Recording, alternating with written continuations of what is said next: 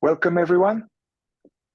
We'll have this short video where we are going to share some practical alarm clocks, exercises to address this particular state of being identified, consciousness being identified with the stream of thoughts, the so-called imagination.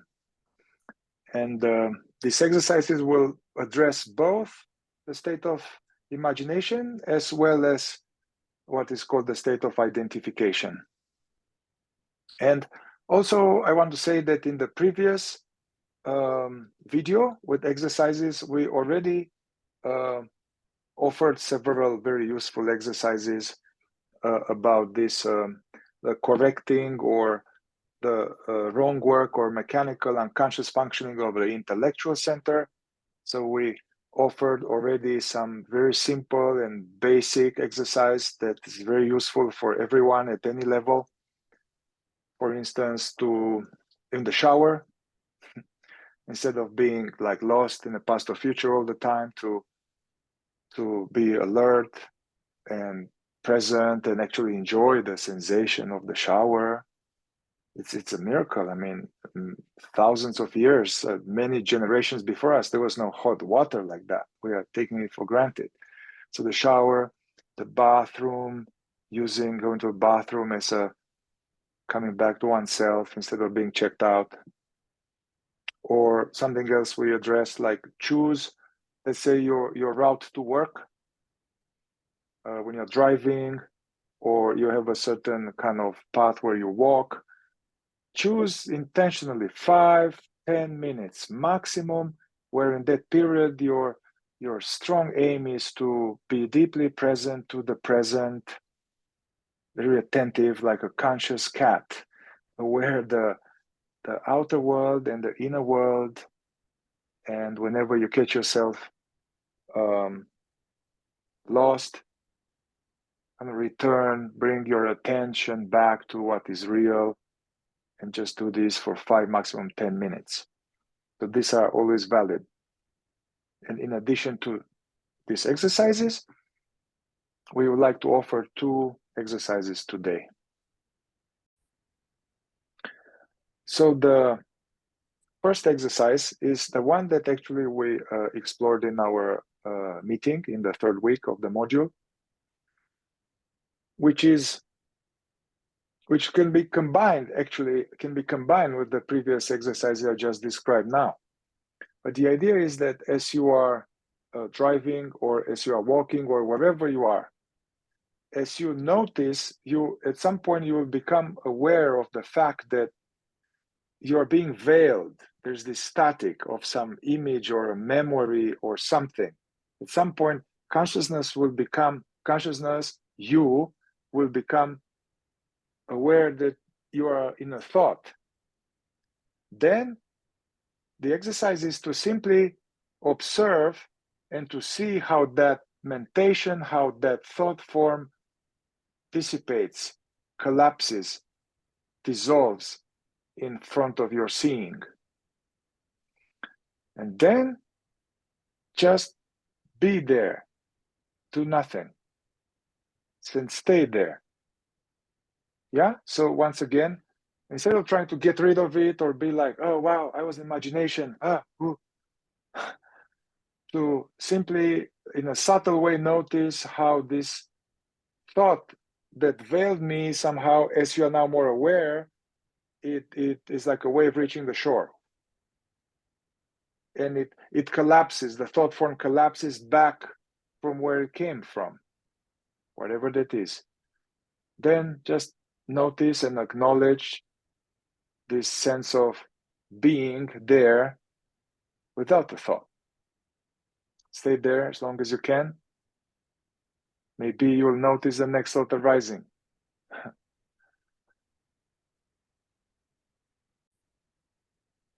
And Mihai, something we were talking about a little earlier that pertains to this.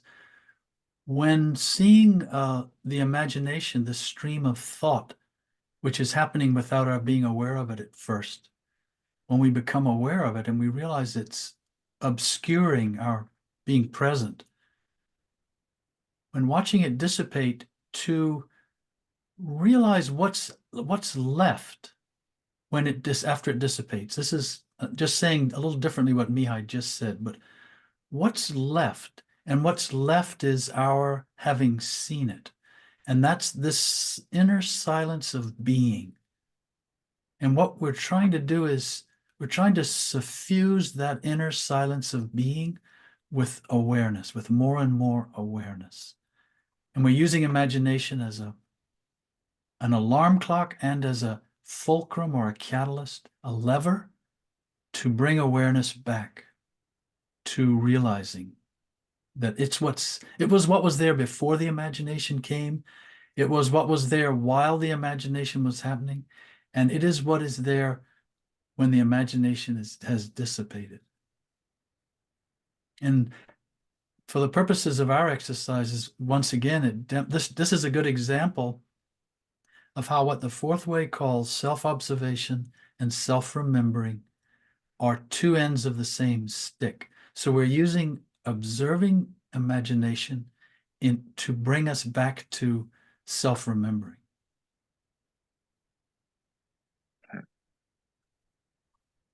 All right. And this also, what we're talking about is this is what we would call ordinary imagination, sort of daydreaming during the day. We don't realize we're identified with it, but we are, because we got lost in it. And that is because we were identified.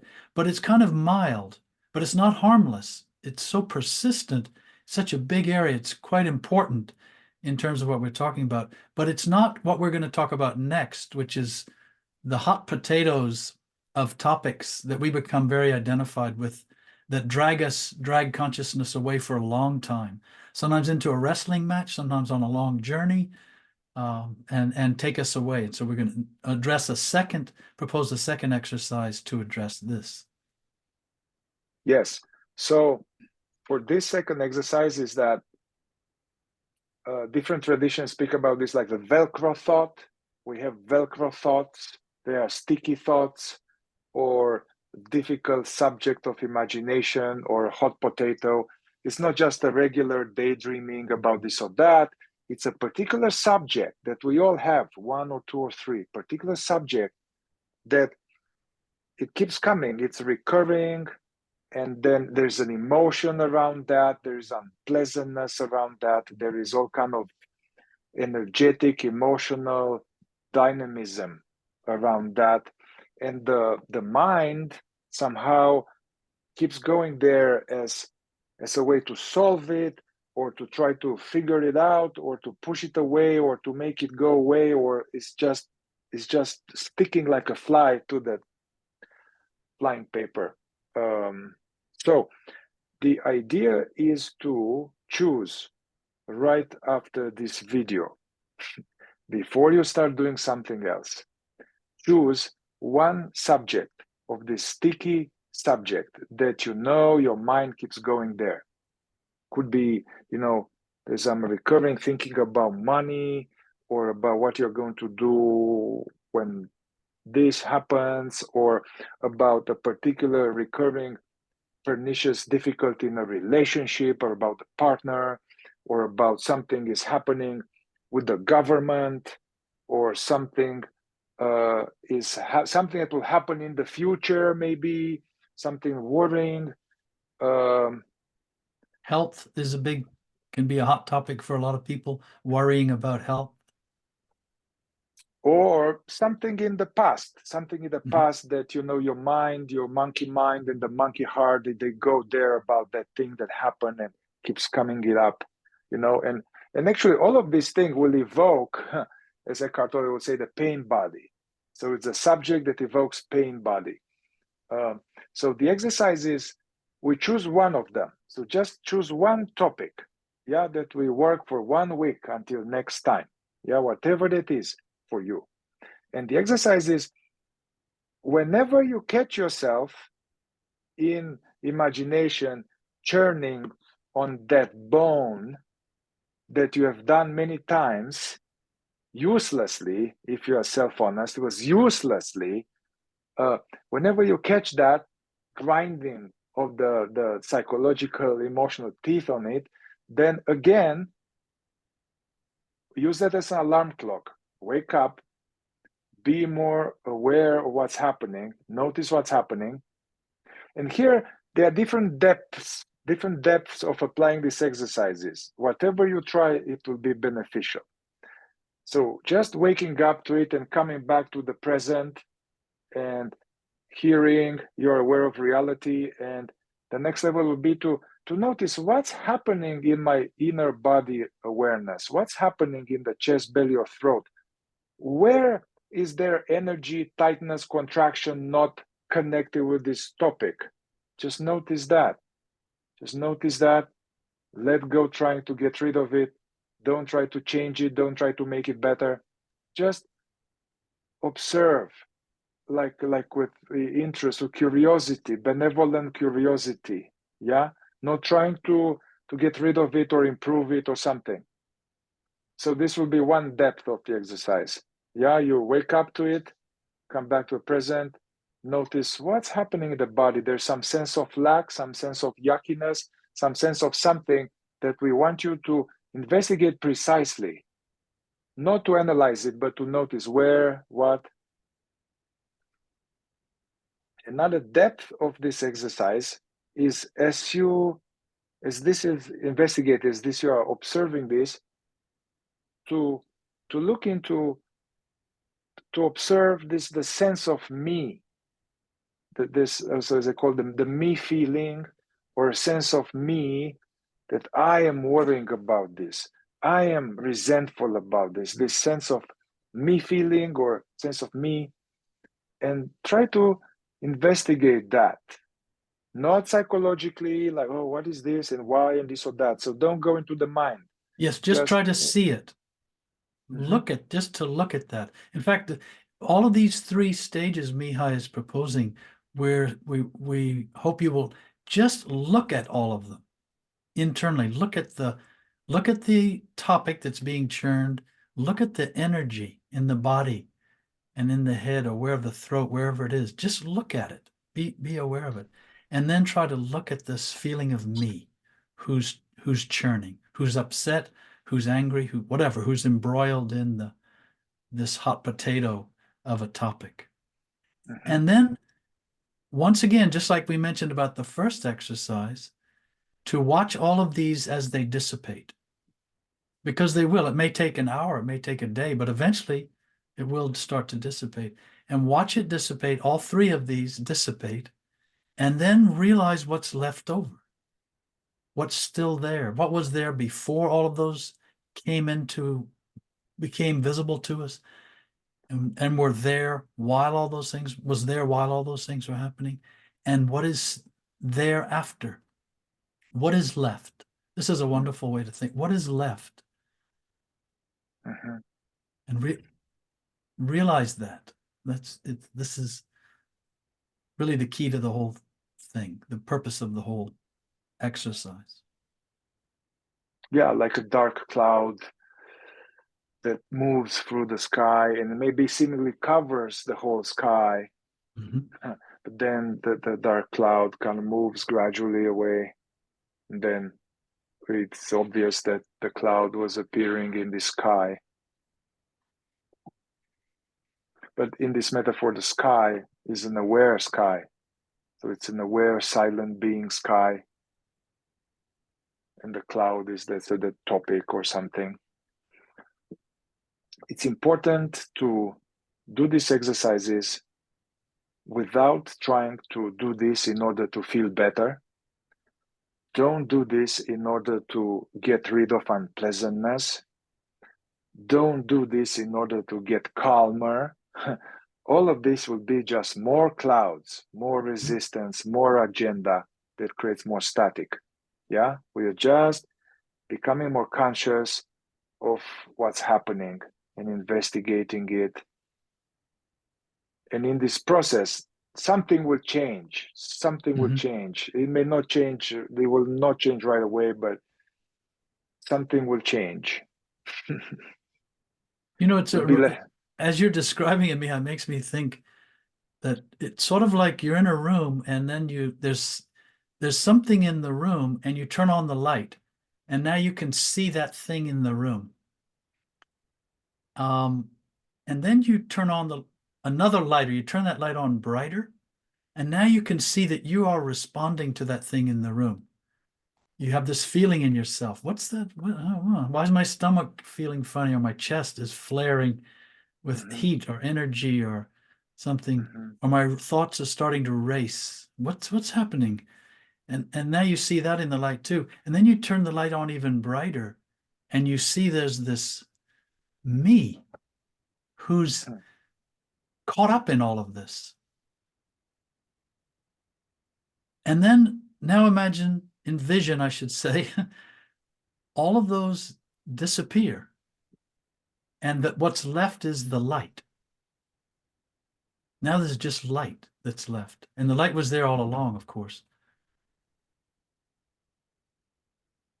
Yeah, without which we wouldn't even be aware that this subject, that subject is noticed, the feeling in the body is noticed, the sense of me is noticed.